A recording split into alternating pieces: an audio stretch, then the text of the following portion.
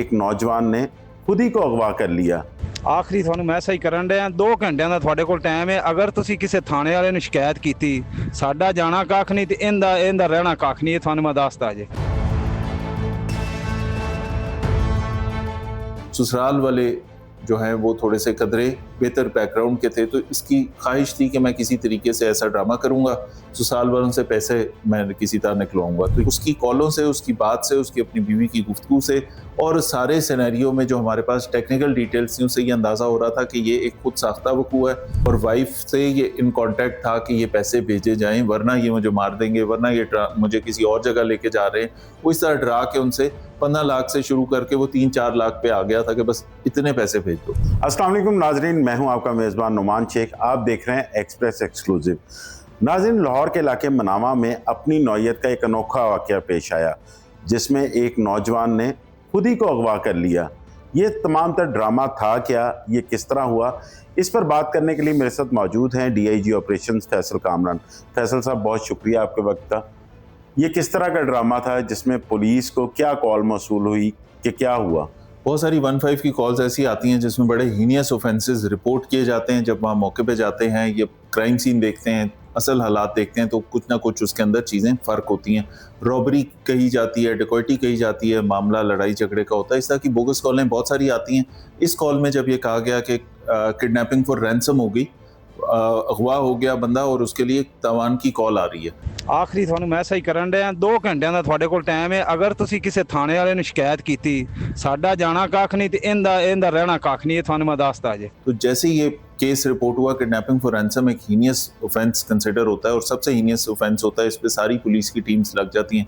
उस पर हमने फ़ौरन रब्ता किया। जो कॉलर था उसने बताया, हम उनके घर भी गए, तमाम बात हुई। उन्होंने वो सारी चीज़ें दिखाई कि ये हमें वीडियो भी भेजी गई है जिसके अंदर उस शख्स को लटा के वो दिखाया हुआ है कि ये उनकी हिरासत में है, रस्सियों से बांधा हुआ है। ये जब सारी चीज़ें देखी, उसकी अहलिया, उस लड़के की अहलिया, उससे बात की, उनके व्हाट्सएप की डिटेल्स देखी, तो वो जो कॉलर है वो अपने ही नंबर से, ये नौजवान जिसने ये ड्रामा किया था कि मैं अगवा हो गया हूँ और ये पैसे भेजे जाएँ, वो अपने ही नंबर से राब्ते में थे उसके साथ जो दोस्त थे। अब यहाँ पे 15 लाख रुपए मांगे जा रहे हैं। पुलिस ने किडनैपिंग फॉर रैंसम के केस में जिस तरीके से तफ्तीश आगे चलती है, टेक्निकल एविडेंसेस होते हैं, IT की बहुत सारी मदद होती है, तो वो हमने तमाम मूवमेंट जब शुरू की तो वो हमारी उधर जड़ावाला वाली साइड पे उसकी लोकेशन आई। वहाँ पे लोकेटर लेके पुलिस उधर पहुँच गई।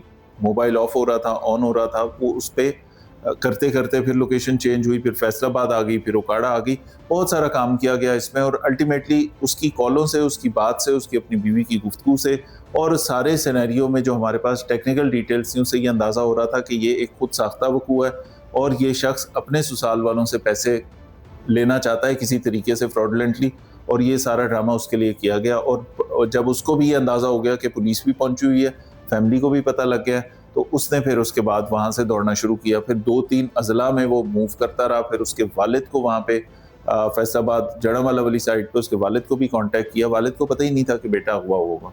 ससुराल वाले रिपोर्ट कर रहे हैं, वालिद साहब को पता नहीं है। फिर उससे कॉल भी करवाई, उसको बताया। वो जहाँ पे उसकी हमारी मूवमेंट उसकी हमें महसूस हुई कि अब इसकी लोकेशंस किन किन एरियाज़ में आ रही हैं, वहाँ पे पहले से पुलिस ने पहुँच के प्रीएम्प्टिवली वहाँ पे नाके भी लगाए। वहाँ पे मौजूद थी पुलिस। चेकिंग के दौरान वो बंदा वहाँ से बरामद भी हुआ और उसके साथ जो बाकी उसके दोस्त थे उनमें से भी एक को हमने हिरासत में लिया।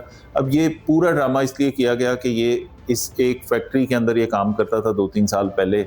उसके बाद ये मजदूरी करता रहा। इसकी दोस्ती हुई, एक खातून से शादी हो गई। ससुराल वाले जो हैं वो थोड़े से कदरे बेहतर बैकग्राउंड के थे, तो इसकी ख्वाहिश थी कि मैं किसी तरीके से ऐसा ड्रामा करूंगा, ससुराल वालों से पैसे मैं किसी तरह निकलवाऊंगा। तो ये सारा ड्रामा था। बहुत सारी इस तरह के और केसेस भी आते हैं। तो ये पूरा केस बड़े शॉर्ट टाइम में पुलिस ने क्रैक किया। ऑल्दो इसमें मेहनत बड़ी लगी, पुलिस की मूवमेंट है बहुत सारी जगहों पे। SHO मनावा अपनी टीम के साथ कभी फैसलाबाद जा रहा है, ओकाड़ा जा रहा है, जड़ावाला पे मौजूदगी है, हर जगह पे यहाँ पे। और यहाँ पे जो टेक्निकल टीम, IT टीम, ये सारी कैमरे देख रही है, वो तमाम चीज़ें करने पे पुलिस का रिसोर्स, गवर्नमेंट का रिसोर्स यूज़ होता है। तो ये एक जाली किस्म की बोगस कॉल थी, लेकिन इसको क्रैक भी किया गया और उसका पूरा आपको एंड भी बताया। फैसला ये बताइए कि इसमें इसकी वाइफ भी शामिल थी? इसमें इसकी फैमिली की कोई इन्वॉल्वमेंट नहीं थी, ना वाइफ को पता था ना इसके ससुर को पता था। ससुर ने कॉल की थी और वाइफ से ये इन कांटेक्ट था कि ये पैसे भेजे जाएं वरना ये मुझे मार देंगे, वरना ये मुझे किसी और जगह लेके जा रहे हैं। वो इस तरह डरा के उनसे 15 लाख से शुरू करके वो 3-4 लाख पे आ गया था कि बस इतने पैसे भेज दो।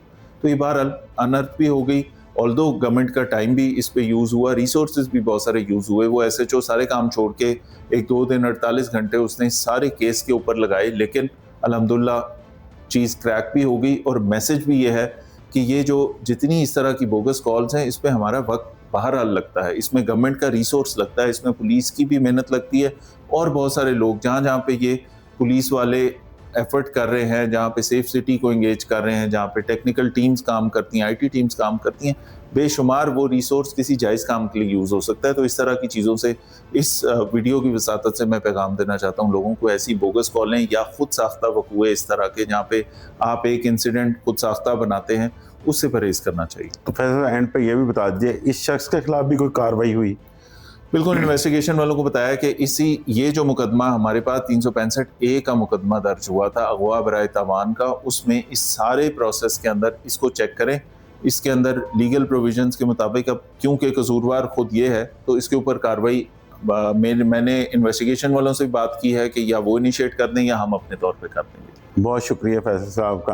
नाज़रीन, जैसे कि आपने फैसल साहब की सारी बातें सुनी, इस केस में नौजवान ने खुद को अगवा किया सिर्फ इसलिए कि अपने ससुराल वालों से पैसे बटोर सके।